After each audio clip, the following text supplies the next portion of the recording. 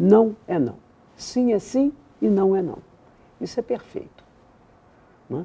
Eu fiquei fascinada pelo frescor dessas meninas, dessas moças, né?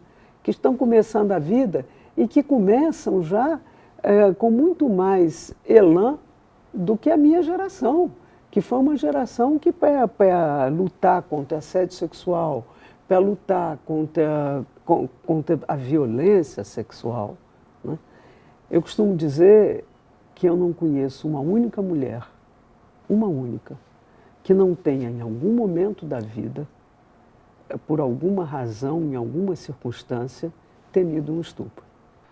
Rosisca Darcy de Oliveira é feminista de primeira hora. Ela é escritora e membro da Academia Brasileira de Letras. É autora de mais de 10 livros, entre eles O Elogio da Diferença, um clássico da literatura feminista no Brasil. Você vai gostar da entrevista que assiste agora.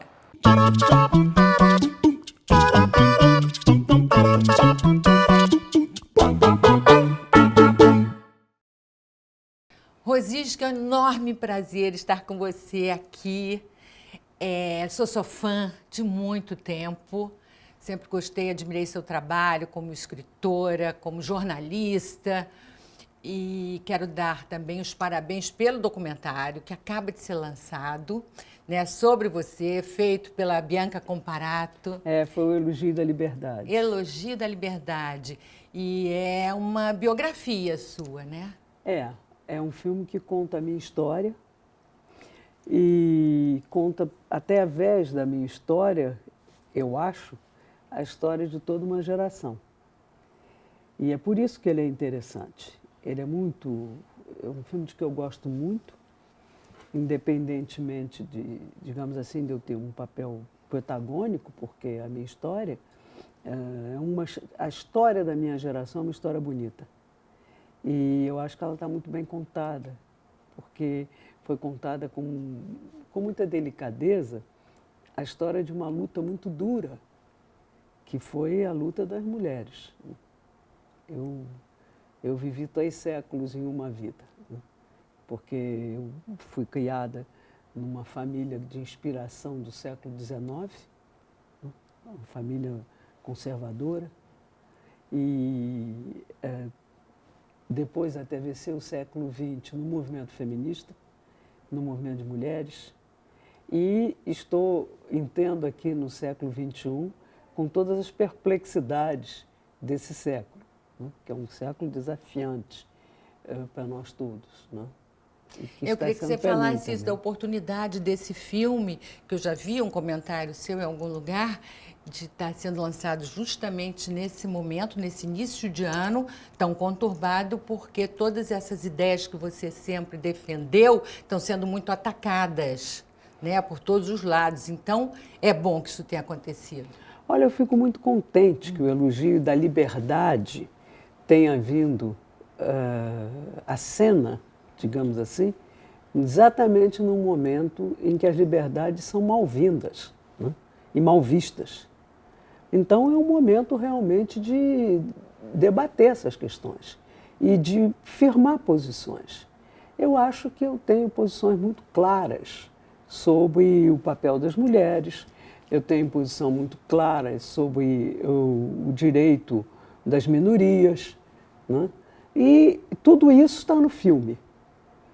E é bom que esteja, porque para mim é difícil viver esse momento que eu sinto como um atraso, uma coisa profundamente retrógrada e que vai contra as esperanças que eu tinha e tenho, continuo tendo, né?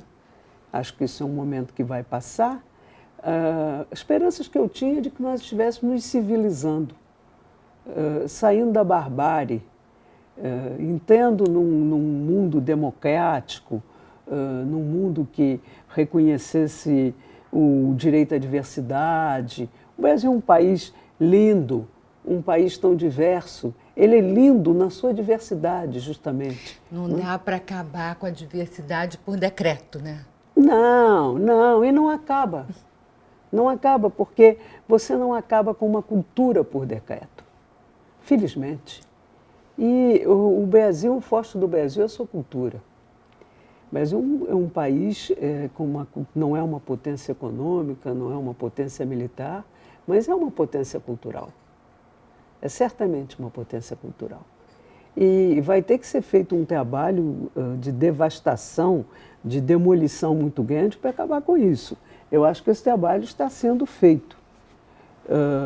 Mas também não são todos que estão de acordo com essa demolição. É uma tentativa, né? É uma Agora, tentativa. será que eles vão conseguir? Mas eu acho que não, eu acho que não. Eu acho que a sociedade brasileira é uma sociedade forte, eu acho que ela passa por um momento conjuntural infeliz, mas as ideias que eu sempre defendi, eu não tirei do nada, nem tirei da minha fantasia, tirei da minha experiência de vida, tirei da minha experiência como presidente do Conselho Nacional dos Direitos da Mulher, como uma pessoa que durante muitos anos esteve envolvida, digamos, na linha de frente do movimento de mulheres, que é uma coisa que eu deixo muito clara no filme, é que se em algum momento nós fomos uma minoria, né, um movimento feminista, um movimento de mulheres, na verdade, hoje, nós somos as mulheres em movimento. E isso é muito mais.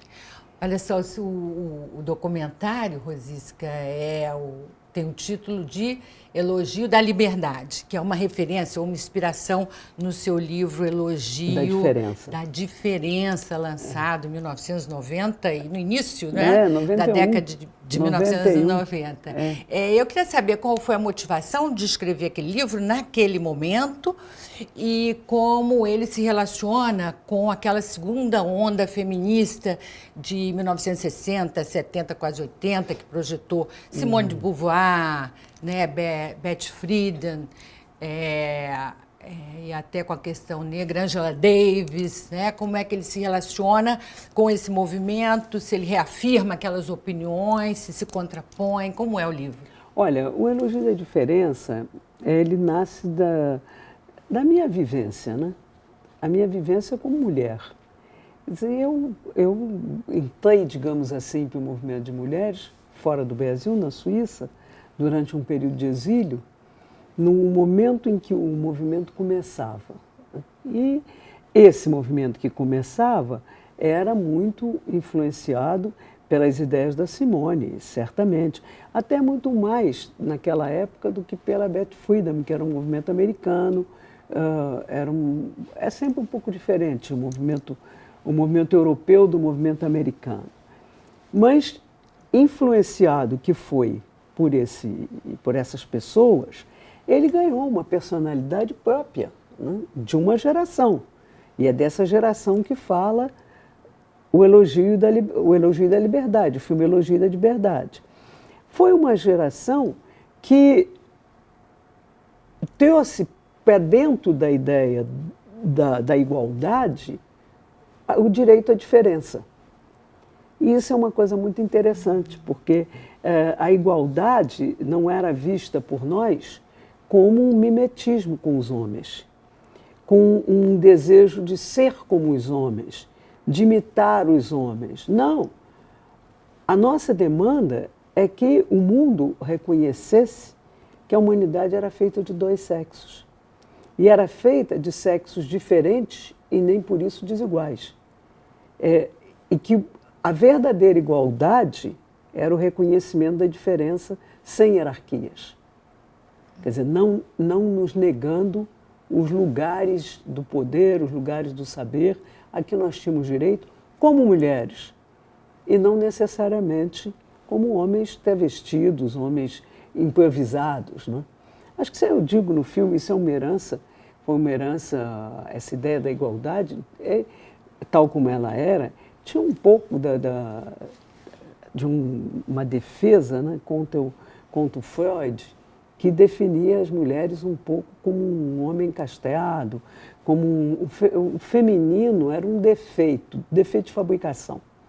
Nós mulheres seriam os homens que nasceram com defeito de fabricação. E eu sempre achei isso um absurdo, né? nós nos apresentamos, passamos a nos apresentar ao mundo, a partir da minha geração, como mulheres que nós éramos e que não éramos homens com defeito de fabricação. Nós éramos outra coisa, nós éramos as mulheres. E as mulheres com uma bela cultura, com uma história que foi evidentemente completamente ocultada, não foi escrita, mas nós, pela primeira vez, falando em primeira pessoa e refutando as lendas, os mitos que nos contavam na nossa ausência, que nós não falávamos. Não éramos nós que falávamos. Nos contavam na nossa ausência, é isso não mesmo. Éramos nós que falávamos. Tudo que se escrevia sobre as mulheres era escrito pelos homens.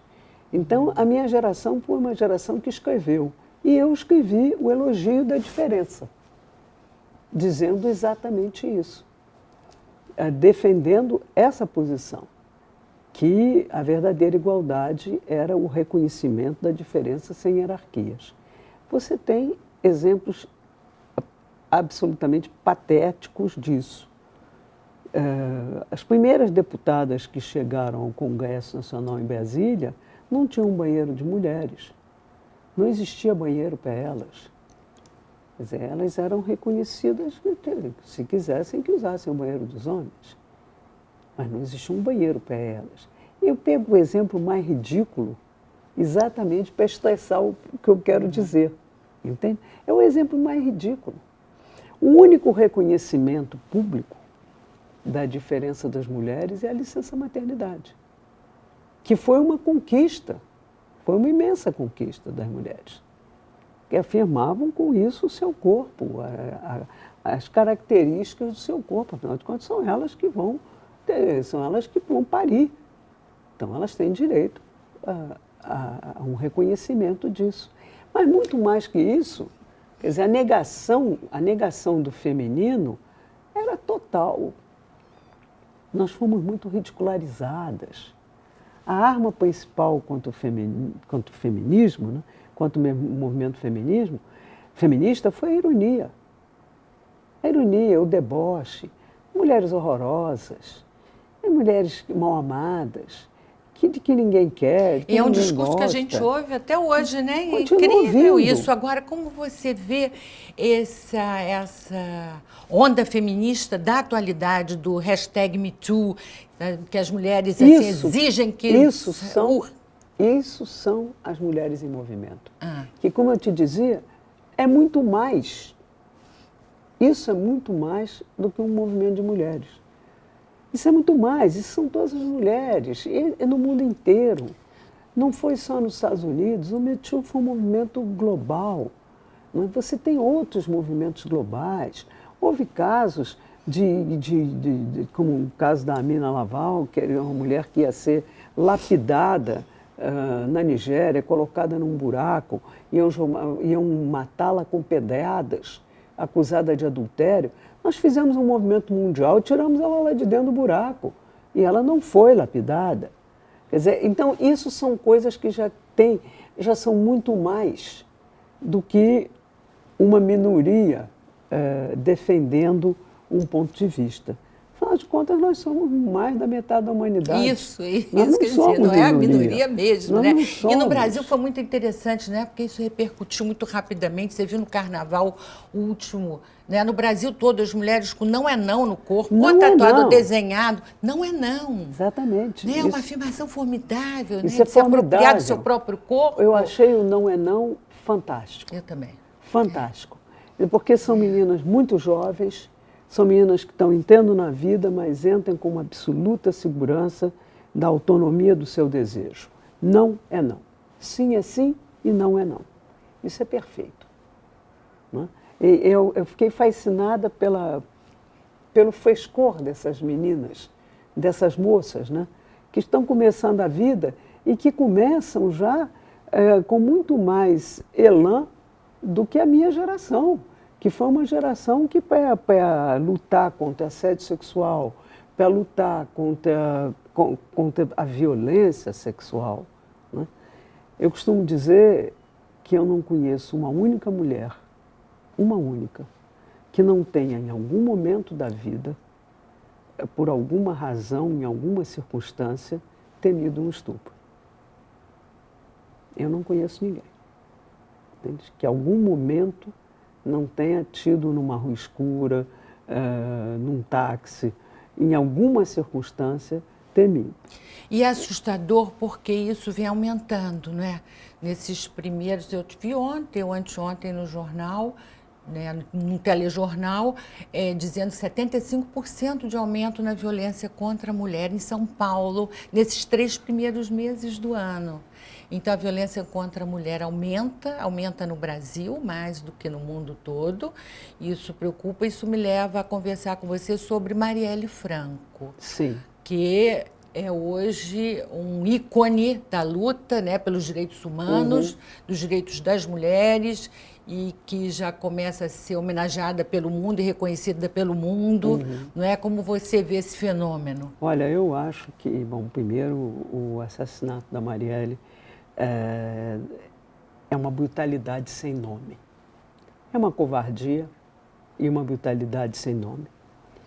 O fato de até hoje não se ter descoberto quem mandou matá-la, né, é inadmissível. É inadmissível. Quer dizer, face ao mundo é inexplicável isso. E face a nós também. Face a nós também.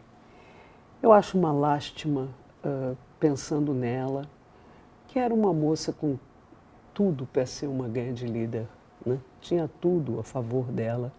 Uma moça corajosa, que vivia corajosamente não só a sua vida pessoal, mas a sua vida política, defendia as suas ideias, concorde-se ou não com as ideias dela, mas ela defendia as ideias com muita coragem.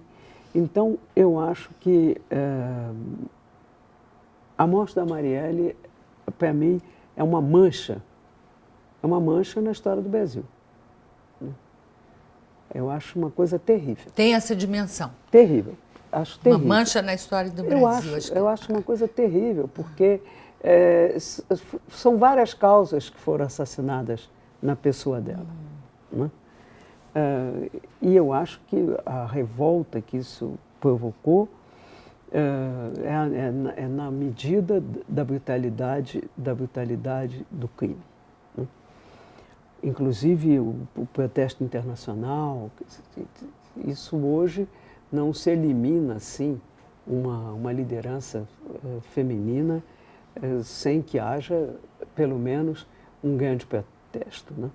E eu tenho esperança, realmente, muita esperança de que em algum momento justiça se faça, né, em relação a ela. Acho revoltante.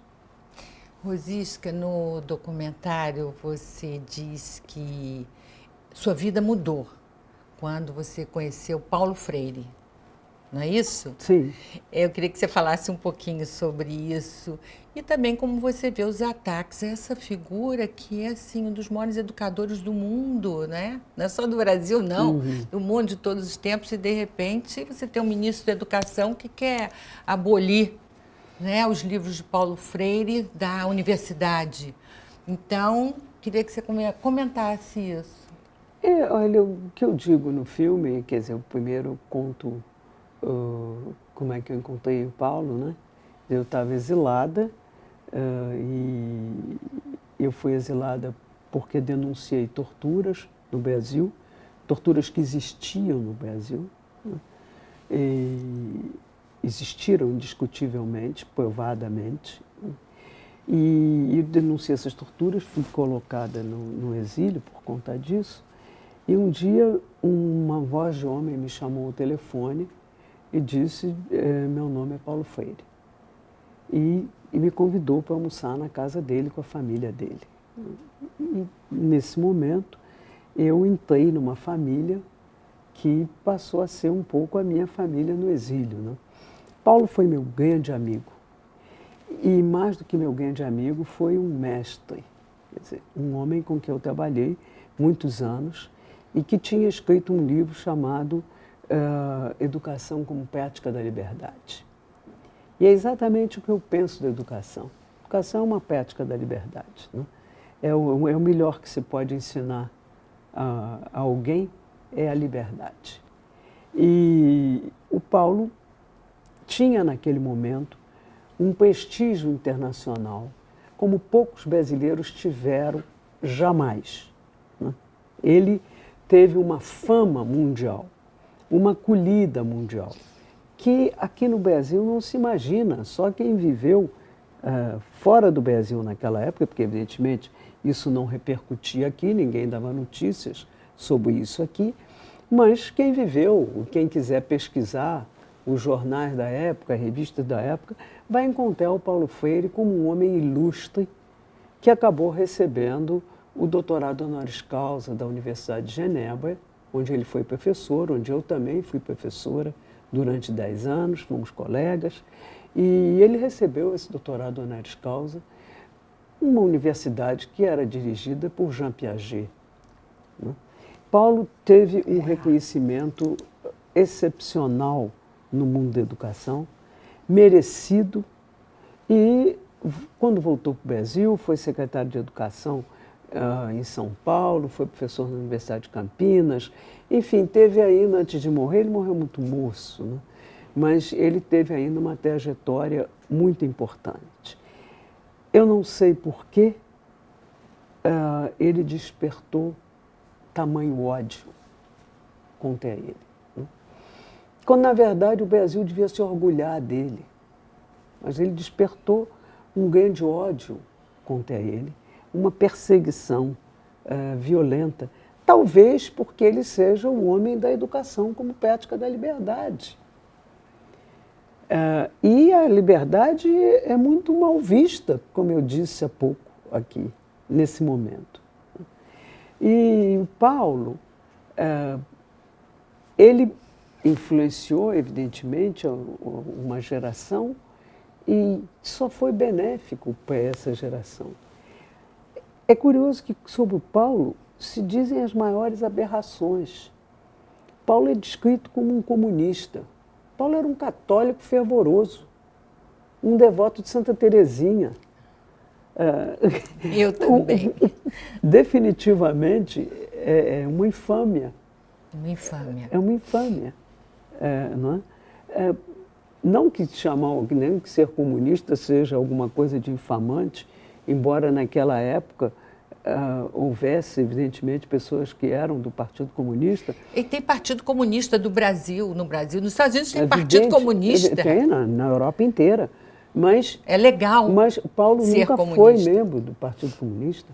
E Paulo era um cristão, indiscutivelmente um cristão. E um humanista, mais que tudo. Foi um grande humanista, um homem preocupado com os oprimidos, preocupado com os pobres, né? Preocupado com o Nordeste, um pernambucano apaixonado pelo Nordeste, que se preocupava com a miséria, enfim, com tudo que era o Nordeste naquela época. Enfim, o Paulo só quis bem ao Brasil. E por isso mesmo, o Brasil só devia querer bem a ele. É um amor não correspondido. Que entristece. Muito triste isso. É muito triste. E eu espero realmente que a história venha a fazer justiça a ele. Porque, no meu entender, ainda não fez totalmente. Quer dizer, ainda não se reconheceu o grande homem que ele foi, né? E eu, particularmente, sou gratíssima ao grande amigo que ele foi. O amigo leal, a pessoa que me acolheu na casa dele e que me deu tanto afeto. Eu sou muito grata a ele como pessoa, mas também como brasileira, como cidadã. Eu tenho a devida medida de quem foi Paulo Freire. Um grande homem, um grande brasileiro.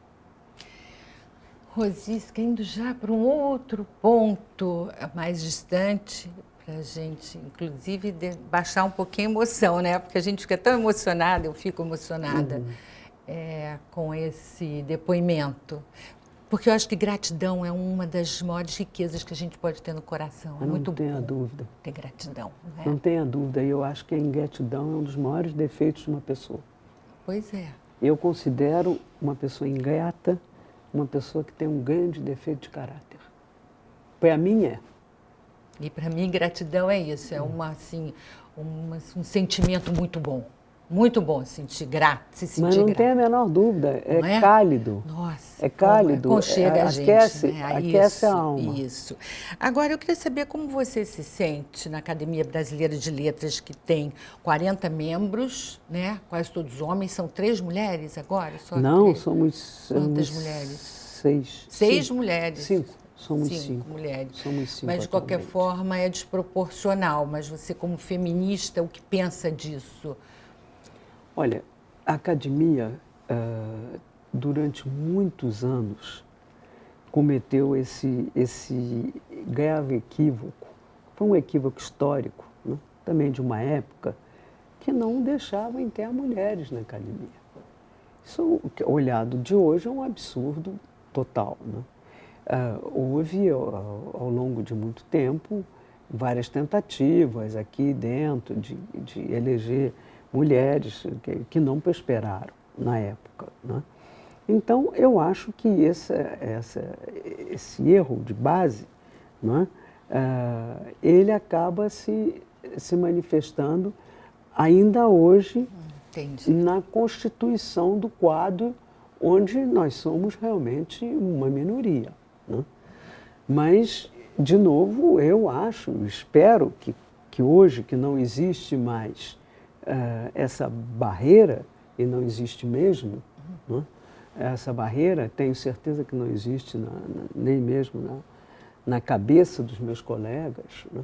Eu acho que isso vai se corrigir progressivamente. Isso, certamente, isso é uma coisa que vai desaparecer. Isso é um atraso histórico. Né? Agora, a representatividade do negro também é baixa na academia. Talvez pela mesma razão, embora nunca tenha sido. Lembro que essa academia foi fundada por um negro, foi fundada por Machado de Assis, né? E eu acho que a questão da representatividade negra, ela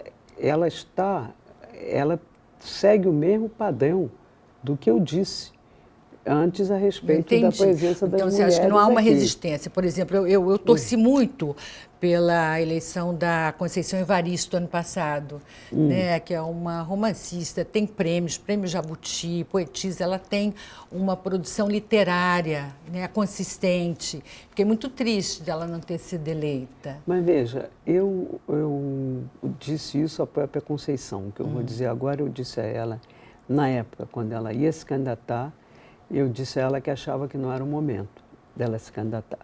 Porque uma eleição, sobretudo aqui na academia, os votos se comprometem. Quer dizer, se você se candidata quando os votos já estão comprometidos, você não tem chance. Porque havia um candidato, um candidato forte, que já estava, de certa maneira, escolhido.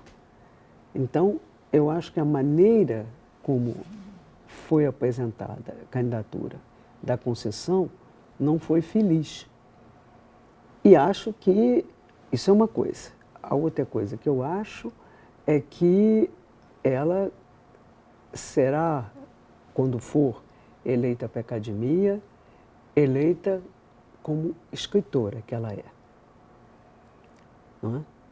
Eu acho que os escritores, eles representam depois, não antes. Entendi. Não antes. Não, quer dizer, eu não me apresentei como eu devo ser eleita porque eu sou mulher. Não. Agora, uma vez que eu sou eleita como escritora, evidentemente essa causa chega comigo. Isso não há dúvida. Entendi. Não é? Agora, eu não creio que seja bom, nem justo com ela. porque ela não precisa se apresentar como representante do movimento negro. Ela é em si uma escritora negra. Essa é a identidade dela. Você me entende? Entendi. Eu entendi e vou ficar torcendo por uma outra oportunidade para ela. Rosisca, muito obrigada pela entrevista. Foi um grande prazer mais uma vez estar com você. O prazer foi meu. Agora eu sou ainda mais fã sua. Muito obrigada. Muito obrigada pela Presença. conversa. Nossa, que conversa agradável, rica. A gente sempre aprende com você. Eu É professora. agradeço muito, imagina. E aí, gostou da entrevista? Então dá o seu like, porque impulsiona a beça o canal. E também é bom se inscrever. É só clicar no inscreva-se aqui embaixo e você recebe todas as notificações. Um beijo grande, até a próxima.